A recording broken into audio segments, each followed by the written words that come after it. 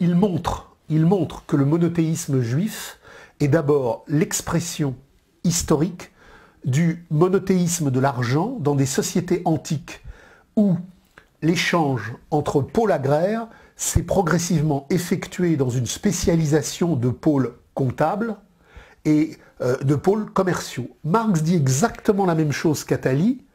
Attali montre que le devenir du judaïsme, c'est le devenir de l'argent. Sauf que Attali dit, c'est génial, les juifs font ça pour le bien de l'humanité. Or, Marx, qui est le premier à produire cette analyse en profondeur, montre que le judaïsme est l'appendice du monothéisme de l'argent. Et il suffit d'ailleurs de voir les textes religieux juifs, qui codifient une alliance commerciale abramique avec le Dieu créateur. La relation entre le peuple juif et son Dieu est une relation échangiste, commerciale, basée sur un contrat commercial qui, à travers les mitzvot, définit le tu peux, tu dois, tu ne dois pas, tu peux pas. Marx dit même, la névrose aliénatoire est telle que même les lieux d'aisance deviennent des codifications religieuses. Donc Marx, pour critiquer l'aliénation radicale du capital, montre que la question juive n'est pas une question de race, que ce n'est pas une question de religion, mais que c'est le cœur du capital en mouvement dans ses formes premières de comptoirs commerciaux. Et il montre que les communautés juives vont demeurer à la périphérie du développement industriel, social et historique, jusqu'aux portes de la modernité de la domination réelle, parce que la domination réelle, qui est la phase de la surproduction absolue, rend nécessaire l'utilisation industrielle des chimères du crédit et de la banque. Donc, Philippe le Bel a expulsé les Juifs, les rois d'Angleterre ont expulsé les Juifs, mais progressivement, ils reviennent dans le développement de la modernité capitaliste, et Marx, d'ailleurs, dans son texte sur les luttes de classe en France, parle du panégyrique de la loi de Rothschild sur les lois de réforme de la Poste. Donc c'est très clair. Et ce qu'il montre, c'est que la place du judaïsme aujourd'hui, elle découle du retour de la financiarisation du fétichisme de la marchandise, mais qui n'est pas autonome, qui est le produit du capital. C'est-à-dire que quand Attali croit que c'est les Juifs qui sont le cœur du développement de l'histoire, il se plante narcissiquement dans ses bévues aliénatoires. Les Juifs sont le produit de la marchandise en mouvement, ils ne sont pas les producteurs de la marchandise en mouvement. Là encore, comme les attentats du 11 septembre, la mécanique aliénatoire du développement, les Juifs ne sont rien d'autre, dans le cadre de la question juive qui conduit au capital, que le mouvement aliénatoire de la valeur d'échange qui est né dans l'alliance abramique, et qui revient dans la modernité de la domination réelle lorsque la crise bancaire du fictif international fait de la banque le pilier essentiel des restructurations capitalistes. Ce qui veut dire que, alors justement, en parlant de banque et de finance, on a tous voilà, ce sentiment qu'on va vers une espèce de crash économique. Bien sûr. Enfin, tout le monde le pressent, j'ose dire presque comme une prophétie autoréalisatrice. Mais il est prévu par Marx.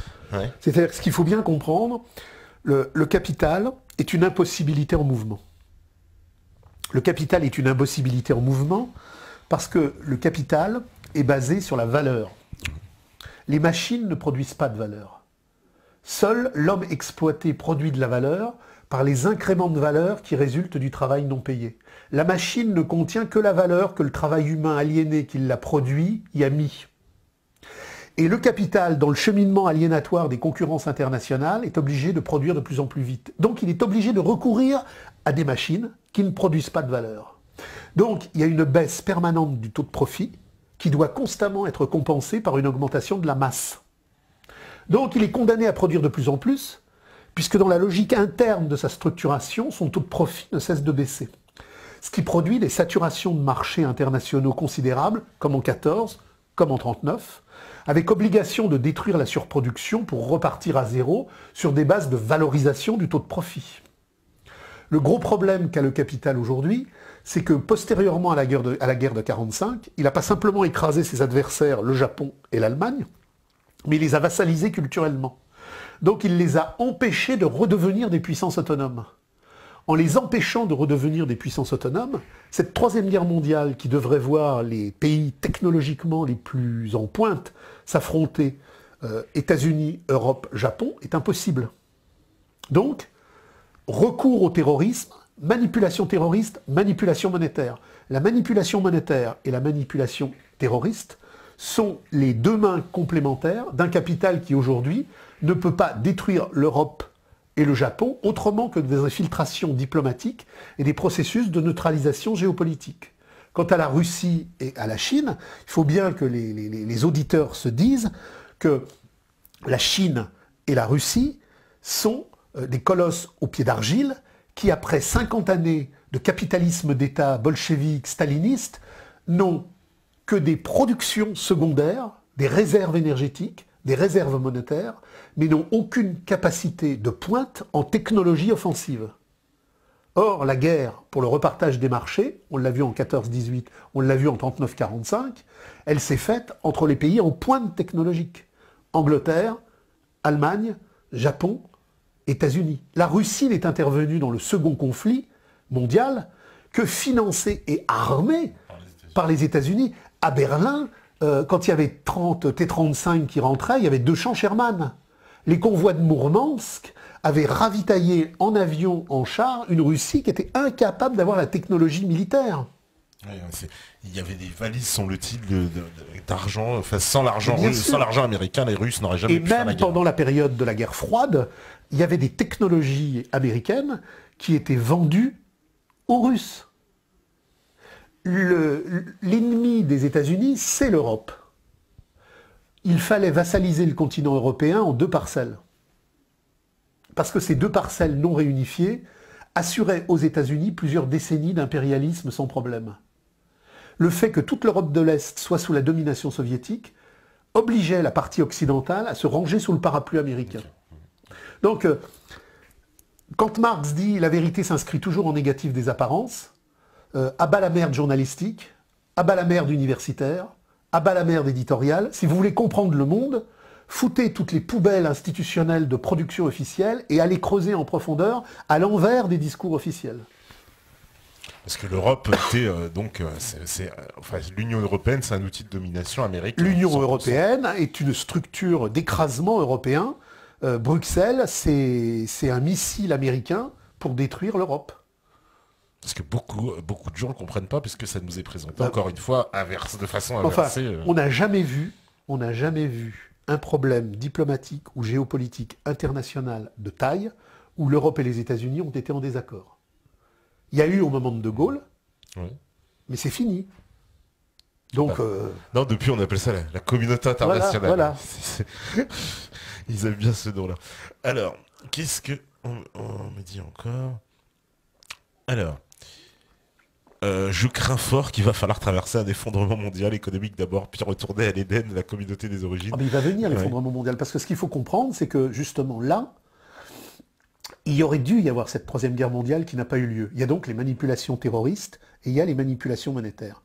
Les manipulations monétaires, Marx montre dans les livres 3 du Capital qu'elles ne peuvent avoir qu'un temps. Il y a le temps du renversement, où la production des manipulations monétaires invalide la production monétaire de sa propre reproduction. C'est-à-dire s'imaginer que le crédit chimérique est possible à l'infini, non. Il y a un moment donné où la valeur d'usage et la valeur d'échange sont obligées de se rencontrer explosivement. On l'a vu dans quelques crises financières passées, mais qui n'étaient que des balbutiements de la grande crise. Mais on va nécessairement y venir, parce que ce qu'il faut bien voir, c'est que le crédit est une anticipation de plus-value. Cette anticipation de plus-value, elle a pour objet d'attendre la réalisation réelle de la plus-value par une vente réelle. Quand l'ensemble des stocks énergétiques contradictoires de la plus-value anticipée rapportée à la plus-value à réaliser explose en antinomie subversive, ça ne peut plus fonctionner. Donc l'idée que le capital peut à l'infini, non. Le capital ne peut pas à l'infini. Et c'est précisément parce que le capital ne peut pas à l'infini que depuis le 11 septembre, parallèlement aux stratégies de manipulation monétaire, on a justement cette accumulation radicale de manipulations terroristes, ce que Debord, dans les commentaires sur la société du spectacle, en reprenant l'aliénation telle que Marx la positionne dans le fétichisme de la marchandise, avait bien vu, c'est toujours le terrorisme en période de domination réelle qui est le cœur stratégique des productions de terreur. Debord qui critiquait justement la société aussi du spectacle. Voilà, il a écrit la société du spectacle, et après il a fait les commentaires sur la société du spectacle, puisque face à la grande crise des années 60, les attentats de Bologne, l'assassinat d'Aldo Moro, le terrorisme était devenu un champ d'accumulation privilégié du capital pour aliéner les spectateurs qui regardaient la vie. Il y a rien. Seul le terrorisme en période de crise accélérée peut produire une communauté nationale. Donc quand le ministre de l'Intérieur nous dit il faut l'union nationale face au terrorisme, il nous dit en fin de compte il faut le terrorisme pour créer l'union nationale. Un peu, on revit ce qu'ont vécu un peu les États-Unis en 2001. C'était un peu ça, parce que le discours qu'on faisait aux Américains, oui, c'était un chantage aussi. Et ce qu'il faut rappeler aux gens, bon, je l'ai rappelé dans plusieurs textes, c'est que il faut sortir, bon, Charlie Hebdo, etc. Il faut sortir de ça. Il faut avoir une vision globale, il faut avoir une vision majestueuse, de très longue durée. En France, dans les années 1880, il y a eu toute une vague d'attentats anarchistes. Des attentats anarchistes massifs qui ont permis le vote des lois scélérates. Quand on travaille aux archives de la police, on découvre que le maître d'œuvre de ces attentats anarchistes, c'était Louis Andrieux, préfet de police, qui était le père naturel de Louis Aragon, mais qui avait été procureur dans la répression de la Commune à Paris. Les années 1880 en France sont des années de lutte de classe extrêmement fortes, et il va falloir, avec les syndicats, domestiquer la classe ouvrière, qui est relativement revêche, réfractaire, insurrectionnaire. Les attentats anarchistes vont permettre de casser violemment les luttes les plus radicales. Donc c'est Louis Andrieux, ministre, préfet de police, Clémenceau avait fait la même chose, qui organise les attentats anarchistes. Debord, dans les commentaires sur la société du spectacle, d'une manière extrêmement claire, pointue, a très bien montré que les brigades rouges, c'était les brigades rouges de l'État italien. Moro a été tué par l'État italien. L'attentat de la gare de Bologne, c'est l'État italien. Il faut que les gens cessent d'être naïfs. Il faut qu'ils se rappellent que Robert Boulin a été tué de 2 balles, qui sont soi-disant 2 balles de suicidés. Il faut que les gens pensent en profondeur. L'État, dans les années 1860-1880, contrôlait beaucoup. Aujourd'hui, avec l'impérialisme technologique des diffusions totalitaires, il contrôle tout. Il contrôle tout. Il n'y a pas un groupe islamiste, djihadiste, dormant qui n'est pas sous contrôle. Tout est sous contrôle. Tout est sous contrôle. L'État détient aujourd'hui les moyens d'infiltration technologique et de contrôle informatique absolu.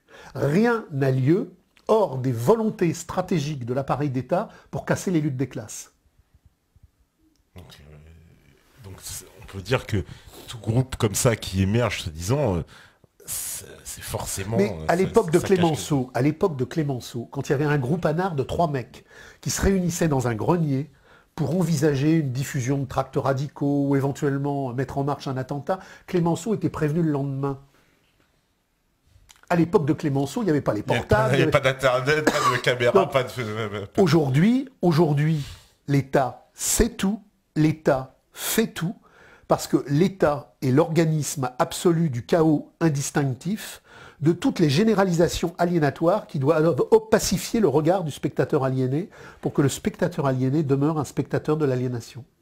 C'est-à-dire que l'État, il est au service du capitalisme, c'est quoi? L'État est une machine capitaliste, mais c'est ce qu'il faut faire comprendre aux fascistes, aux souverainistes, aux trotskistes, aux maoïstes, à tous ceux qui voudraient un nouvel État. Ouais.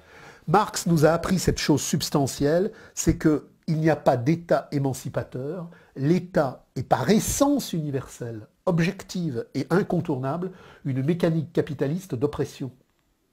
Toute volonté d'acte, quelque part, s'il passe par l'État, il devient aliénatoire. C'est pour ça que, aujourd'hui, poser les cheminements d'un regard radical, c'est être antipolitique. Contre la politique qui est la science de l'assujettissement. Contre l'économie qui est la science du dressage social. Il faut faire de l'anti-économie et de l'anti-politique, à bas l'économie, à bas la politique, à bas l'argent, vive la communauté humaine. C'est simple, mais on l'a ça en nous. C'est-à-dire qu'on est tellement dressé qu'on hésite, mais on l'a en nous, c'est là ça. Ouais, est-ce que c'est un peu comparable au fait que, voilà, si on se retrouve, on va dire... allez, quelques personnes, on ne se connaît pas sur une île, on va finir par s'organiser tout seul, on a besoin de personne finalement. Oui, mais alors ça c'est une Robinsonade, étant donné qu'on ne sera pas dans une dialectique d'universalité. Tout à l'heure on parlait des Sioux, des Cheyennes. Ce que montre Marx, c'est que les Sioux et les Pawnees se tapaient sur la gueule. Parce que ce communisme organique du début n'était pas universel. Tout le monde était communiste, mais dans un localisme aliénatoire qui fermait la relation à l'autre et qui ne l'a ouvert que par le troc puis par l'échange. Donc, le seul communisme possible qui retrouve la tradition primordiale du sacral, de l'être générique, c'est un communisme universel qui est en relation de tous les humains avec tous les humains. Mais ce n'est pas tous les humains avec tous les humains. Marx fait une critique radicale du cosmopolitisme. Il ne s'agit pas de mélanger la sauce soja avec le camembert. C'est un communisme de la différence et c'est un communisme de la référence et de la déférence. Le communisme radical est précisément ce qui sauvera du cosmopolitisme niveleur le vrai soja japonais et le vrai camembert. Alors que le cosmopolitisme nous crée un faux camembert et une faux... Voilà. Tout à fait. Je crois que c'est l'heure de la deuxième pause. Steph, il est prêt à la régie. On va faire la deuxième pause. Désolé pour vos questions, mais le chat, vous êtes tellement nombreux que ça passe mal. Alors, troisième partie, je vais essayer de prendre en tout cas le maximum de questions. La régie, elle est prête. On fait la pause et on revient. À vous, la régie. Voilà, donc de retour pour cette dernière partie, toujours avec 106 cousins. Alors, j'essaye de prendre un peu... Les questions différentes, on me demande, c'est vrai, vous pensez quoi de Michel Clouscar?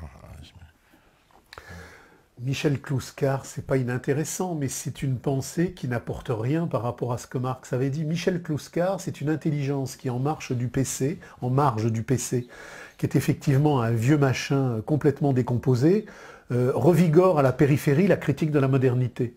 Mais Michel Clouscar, par rapport à ce qu'a produit Debord, c'est à des années-lumière. Ouais.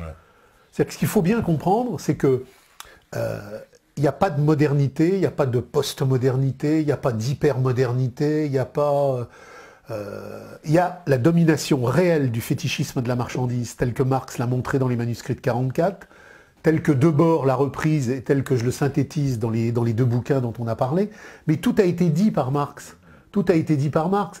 Et le capitalisme de la séduction, c'est pas le libéralisme. Le capitalisme de la séduction, c'est le fétichisme de la marchandise. Clouscar n'a jamais voulu abolir la marchandise. Il est dans une thématique lénino-stalinienne de capitalisme d'État réaménagé. Ce qu'il faut comprendre, c'est qu'à côté de la vraie critique radicale, le spectacle de la marchandise crée des fausses critiques périphériques qui ont une partie du discours de la radicalité insurrectionnelle, mais qui n'en ont qu'une partie pour remettre les gens dans une voie de garage qui est celle de l'économie politique. Marx critique de l'économie politique et Clouscar critique d'une séduction propre à l'économie et à la politique. C'est-à-dire que Clouscar s'arrête bien loin de ce que va produire Debord. Oui, alors c'est pas inintéressant parce que il reprend des trucs de Marx, mais il les reprend d'une manière extrêmement réduite, de manière non dynamique et de manière non déployée.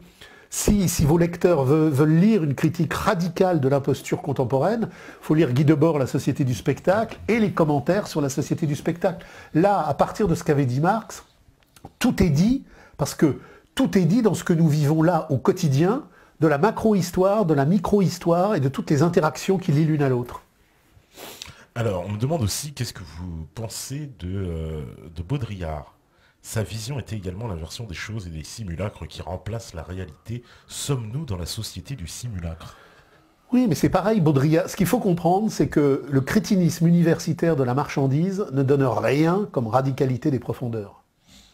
Sauf que le crétinisme universitaire de la marchandise, à travers un certain nombre de penseurs qui pensaient plus juste que la normalité moyenne des ânes de leurs collègues, Ellul, Baudrillard, etc., ont pisté quelques périphéries marxiennes et donc les ont recraché. Le système des objets, c'est chez Marx, ça n'apporte rien. Après Marx, tout penseur qui veut produire du nouveau produit de l'insipide.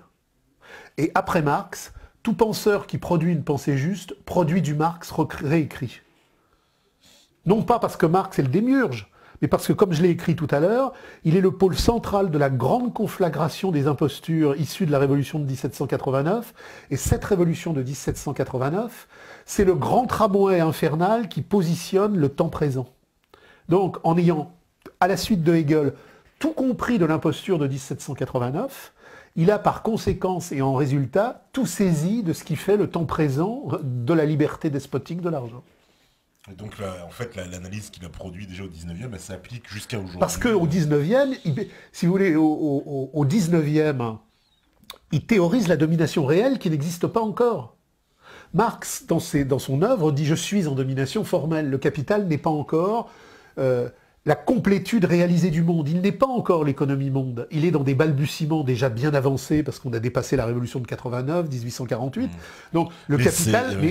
Mais moi, je vous parle de ce qui va advenir. Et je vous dis que la révolution n'est pas possible tant que l'advenir total de l'imposture n'a pas eu lieu.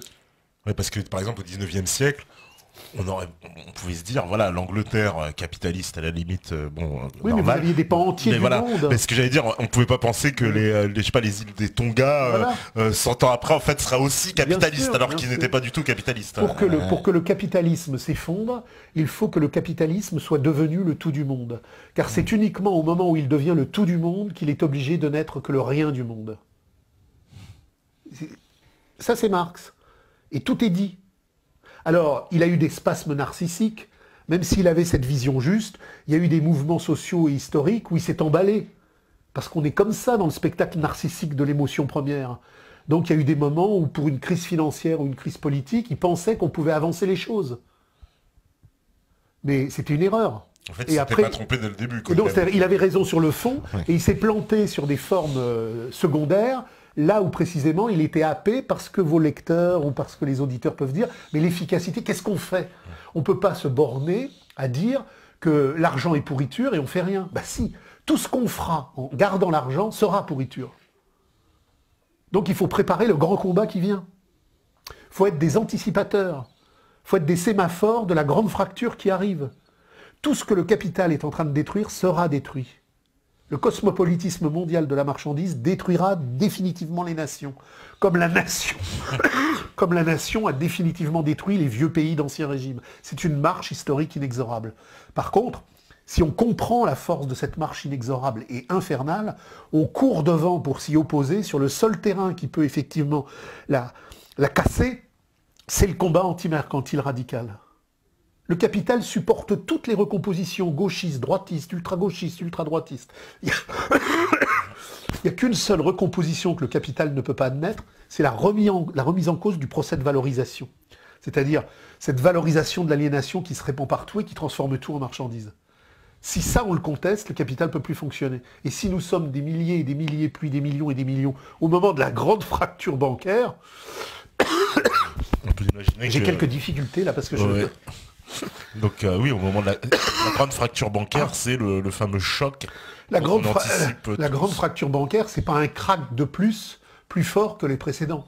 La grande fracture bancaire, c'est quand la sphère de circulation des marchandises rapportée à la sphère de crédit des anticipations de plus-value s'écrase face au poids de la baisse du taux de profit et de la saturation des marchés qui traverse la sphère de production. Alors c'est un peu compliqué, c'est tout le livre 3 du Capital, mais c'est limpide quand on fait l'effort d'y entrer, quoi. Alors, qu'est-ce qu'il y a comme question? Parce que malheureusement, je n'ai pas un accès total à tout, donc c'est un peu... Alors, qu'est-ce que vous me dites? Voilà. Alors, on peut lire ça sur Marx sur Wiki. Marx critique fortement le rôle de la religion et critique les aspects philosophiques et sociaux de la religion. Marx est matérialiste et s'en revendique.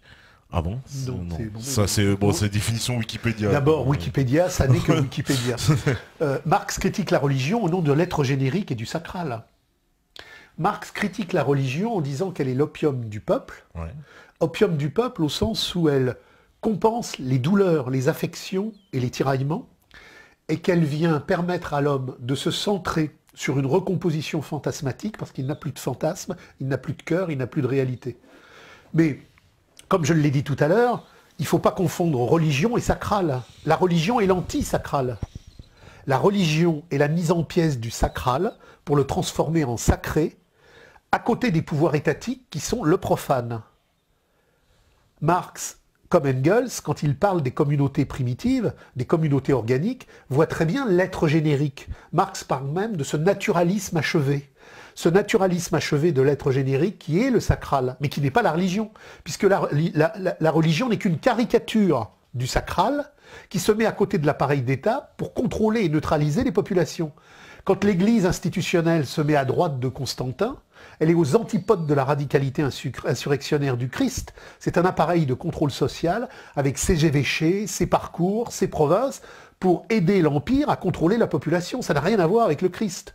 Donc le sacral est anti-religieux, au sens où la religion qui fait l'apologie du sacré, à côté du profane, est en fin de compte le liquidateur judiciaire des luminosités brillantes du sacral réel.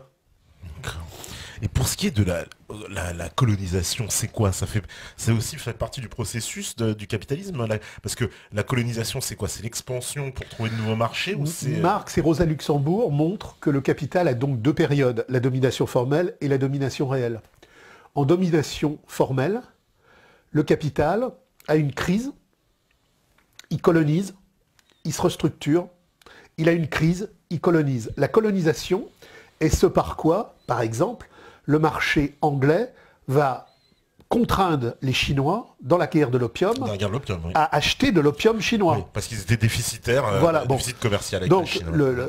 Il n'y a pas de guerre de colonisation qui soit neutre, qui soit autonome. Elle répond toujours en période de domination formelle à cette crise du capital qui, par la colonisation, va résoudre le problème de la baisse du taux de profit et de la saturation des marchés en accédant à de nouveaux territoires. Le problème, c'est que quand on arrive en 14, même s'il subsiste à la périphérie quelques territoires paumés, la grande matrice continentale est prise. Donc là, on va passer de crise colonisation à crise guerre mondiale. La guerre mondiale est nécessaire en 14, non pas parce qu'il y a un complot américain, mais bien sûr qu'il y aura un complot américain financier pour, à partir de la City, détruire l'Europe, mais ce ne sont que des effets consubstantiels à une immanence préalable. La raison essentielle, mais on l'a dans les journaux américains et dans les journaux anglais, la machine-outil allemande est la première du monde en 1914. Si les impérialistes américains et anglais ne détruisent pas la force industrielle de l'Allemagne, dans 10 ans, l'Allemagne qui a déjà construit le train qui va à Istanbul, qui est en train de conquérir tous les territoires de l'Est, elle aura le monde.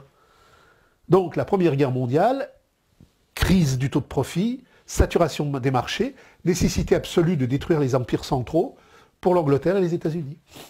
Tout se tient, tout s'explique. Et en plus de liquider au passage. En plus de liquider. D'accord. Et pourquoi donc cette troisième guerre mondiale, elle éclate pas alors? Alors elle éclate pas parce qu'il n'y a pas de protagoniste. C'est-à-dire on va dire on a le camp anglo-américain quand même d'un côté. Alors on a le camp anglo-américain, mais qui ne peut faire la guerre qu'à l'Europe, mais qui ne peut pas lui faire la guerre, puisqu'il l'a absorbé en vassalisation. Il n'y a aucun intérêt. Castoriadis, qui était encore un universitaire, qui était passé par quelques mouvances radicales et qui avait pioché à droite à gauche sur Debord, dans les années 70, était devenu le spécialiste pathologique de « il va y avoir une troisième guerre mondiale entre la Russie soviétique et les États-Unis ». Parce qu'à l'écume des choses, il y avait une conflictualité très colérique entre Kosygin, Brejnev et le camp américain. Mais ça, c'est le crétinisme universitaire. Il n'y a jamais eu de troisième guerre mondiale entre la Russie et les États-Unis. Parce que pour qu'il y ait une troisième guerre mondiale entre la Russie et les États-Unis, il faudrait être au-delà d'un petit conflit périphérique comme il y a eu au Vietnam ou comme il y a aujourd'hui en Ukraine. Il faudrait être sur le compréhensif radical de ce qu'est la baisse du taux de profit organique qui crée la matrice radicale du capital et comprendre que s'il n'y a pas d'opposition radicale du point de vue de la baisse du taux de profit et de la haute technologie entre la Russie et les États-Unis, il n'y aura jamais que des conflits périphériques. Il n'y aura jamais. Par contre, dans le chaos du terrorisme international et dans le chaos de la destruction des monnaies, on a détruit Alstom, puisqu'on l'a intégré au dispositif de Schneider Electric. Au lieu de bombarder Alstom comme les bombardiers américains le faisaient quand ils détruisaient Hambourg ou quand ils détruisaient Dresde, on a absorbé, par une vassalisation technologique, tous les dispositifs offensifs de Alstom. La Troisième Guerre mondiale est là, mais elle ne peut pas, pour l'instant, prendre des formes militaires offensives et massives. Elle prend donc des formes de manipulation terroriste, de manipulation monétaire. Il faut se rappeler que la France a fait la guerre, le capitalisme français a fait la guerre à l'Irak de Saddam Hussein, alors que c'était son meilleur allié. Oui. C'est-à-dire que Mitterrand a envoyé des troupes françaises détruire un des leviers de marché solvable pour le développement du capitalisme français, parce que le niveau d'infiltration était déjà tel en 90 qu'il ne pouvait que plier. On a détruit l'Irak, qui était notre meilleur allié. Dans l'histoire des névroses contemporaines, c'est rare. Oui, parce qu'on leur a vendu plein de choses à l'Irak. À l'époque, on les aimait bien, oui, c'est vrai. Non, mais ce qu'il faut comprendre, c'est ça. Mais il faut surtout comprendre que même si la Russie et la Chine avaient 2 fois plus de réserves énergétiques et 2 fois plus de réserves monétaires, les grands conflits géopolitiques de l'affrontement capitaliste sur la base de la baisse du taux de profit, qui sont ceux qui font la guerre, La guerre de 14, elle n'a pas eu lieu à cause des grandes étendues militaires de la Russie. Les grandes étendues militaires de la Russie n'étaient qu'une périphérie secondaire qui est venue s'y rajouter. C'était le capitalisme industriel de la Ruhr qui était problématique. Donc aujourd'hui, ce n'est pas la Russie et la Chine qui emmerdent les États-Unis, c'est la haute technologie française et japonaise. Alors la japonaise est déjà bien vassalisée, les années qui viennent sont ceux qui doivent définitivement vassaliser la technologie européenne. D'accord. Et est-ce qu'on peut dire aussi que justement le Japon lui aussi qui a été vassalisé, mais parce que les 2 grands perdants finalement de la Seconde Guerre mondiale, c'est le Japon et l'Allemagne. Voilà. Donc le Japon et l'Allemagne. Alors on comprend d'avoir voulu stopper l'expansion allemande, et l'expansion japonaise, c'est quoi? C'est par rapport à la concurrence dans le Pacifique, c'est ça, les États-Unis? C'est-à-dire que en 39-45 ou maintenant? Non, oui, en 39-45, puisque c'est devenu... En 39-45, on a un gros problème sur les sources d'approvisionnement pétrolier, parce qu'il y a un embargo américain. Au fur et à mesure que le Japon met en marche le Grand Orient nippon, les Américains coupent les approvisionnements pétroliers au Japon. Donc le Japon, au moment de Pearl Harbor, n'a plus que quelques mois de stock pétrolier. Donc, puisqu'il est bloqué dans un accord d'embargo qui ressemble à ce que les Américains ont fait avec l'Irak, il est condamné à attaquer ou à périr. D'accord, donc c'est pour ça qu'ils attaquent. Voilà. Mais par contre, ce qu'il faut dire à vos auditeurs, parce que bon, le mythe du samouraï, on parlait tout à l'heure des luttes de classe. Il a fallu importer de l'immigration massive en Europe, parce que le communard européen est une ontologie radicale des luttes de classe. Au Japon, point besoin. Le fatalisme oriental des passivités endémiques fait que le japonais à l'usine est soumis comme un bon samouraï. Donc il n'y a pas d'immigration au Japon. Il n'y en a pas besoin. Le japonais ne sera jamais un communard. Oui, c'est pour ça que d'ailleurs c'est un pays qui avait connu très peu d'immigration. Bien sûr, il n'y en a pas besoin. Ouais. Donc quand les types vous disent le samouraï rebelle, le samouraï, ça c'est des trucs de névrose, le mythe de la puissance, le mythe de la virilité. Bon, le samouraï est très bon pour les guerres de merde, pour les guerres d'État, pour les guerres de pouvoir, mais au niveau de l'intensité radicale, il n'y a rien. Aujourd'hui, il n'y a pas besoin d'immigrer au Japon, dans les usines. L'ouvrier japonais est tellement soumis qu'il n'y a pas besoin d'immigrer. Alors, qu'est-ce que vous me dites encore? Je vais aller voir un petit peu. Oui, c'est vrai que... Qu'est-ce que vous pensez d'Étienne Chouard parce que... Mais moi, si vous voulez, donc, ce qu'il faut se rappeler, c'est ce que Marx dit sur la théorie unitaire et radicale. La théorie unitaire et radicale, elle émerge en période de lutte de classe radicale. Dans les années 30, vous avez un tout petit groupe d'ouvriers italiens qui est en France, qui est en même temps en Espagne, qui s'appelle Bilan. C'est une trentaine de types, ils ne sont pas plus nombreux. Ils dénoncent l'embrigadement antifasciste, ils dénoncent les mensonges de la guerre d'Espagne, ils dénoncent tout ce qu'il va y avoir sur la Deuxième Guerre mondiale. Mais ils sont ultra minoritaires. Et puis d'un seul coup, en Espagne, il y a un mouvement social qui explose. Ces pensées ultra-minoritaires vont se généraliser, même si c'est sur une courte période, avec des contrastes, avec des illusions. Quand la dialectique des luttes de classe, organisée par le devenir de la crise du capital, met en mouvement les masses qui ne veulent plus être des masses, les prolétaires qui ne veulent plus être des prolétaires, mais qui veulent redevenir des hommes, tout s'unifie dans une théorie de parfaite clarté qui retrouve ce que Marx a dit. Tant qu'on n'est pas à ce moment-là, on a plein de chercheurs honnêtes qui grappillent à droite, à gauche, qui trouvent des trucs, mais qui ne sont jamais dans la logique unitaire de la radicalité des luttes de classe, qui sont toujours dans la recomposition du système. C'est-à-dire tous les gens dont vous m'avez parlé, d'une manière ou d'une autre, au lieu d'être sur la base radicale de Marx dans le cadre de la Première Internationale, lutte intransigeante pour détruire l'État et pour détruire l'argent, sont des recompositionnistes. Alors, le recompositionniste dit parfois des choses intéressantes. Mais au regard de la théorie unitaire telle que Marx l'a posée comme explosion radicale de notre émancipation,